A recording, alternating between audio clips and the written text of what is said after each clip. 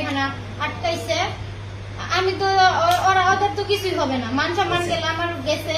আর মানে তুমি যা বলছো আমি তাই করছি। তুমি এমন কি বলো না যে আমি করি নাই, তুমি যা যা বলছো আমি সবই করছি। আমার তোমারে লাগবে, আমি তোমারে বিয়ে করব। আমার কথা এটুকুই, আমার তোমারে লাগবে মানে তোমারে লাগবে। আচ্ছা, ছেলে কি তোমার কোনো প্রস্তাব দিছিল অনৈতিক? না।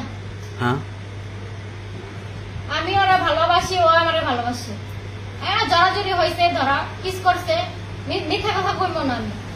হাঁকও করছি আমরা, আমার ওরাই লাগবে। আমার মান সম্মানের বিষয় এখানে। যদি ও আমারে বিয়ে না করে আমি নিজে সুসাইড করব।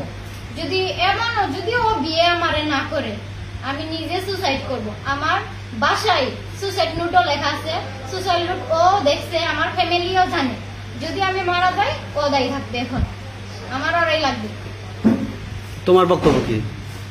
আমার বক্তব্য আমি তো বললামই শর্টকাটে, যে যেহেতু ফ্যামিলিতে ডেকে আনছেন, ফ্যামিলিটা তো পরামর্শ করতেছে, ওই পরামর্শই তো তুমি ফ্যামিলির সাথে কথা বলে তোর ওর সাথে রিলেশন করো নাই? না, এখানে কাহিনী আছে। আমি বলো। রিলেশনের মাসখানিকে যাওয়ার মধ্যেই আমি আমার ফ্যামিলিকে জানাইছি। ওর বাড়ি থেকে এমন একটা কথা আসছে যে তুমি যদি আমার মেয়ের সাথে ধরো জানাজা নিয়েছো, তুমি আমার মেয়ের সাথে রিলেশন করো, তাহলে করো, তোমার বাপ মায়ের পাঠাও।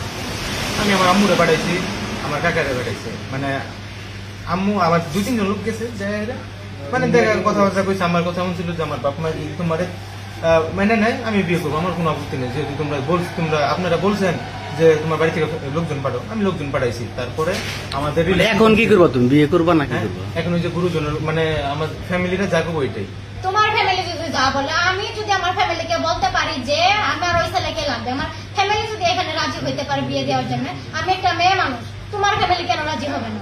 ফ্যামিলিরা পরামর্শ করতেছে কেন? কারণ এখানে আমার একটা লাইফ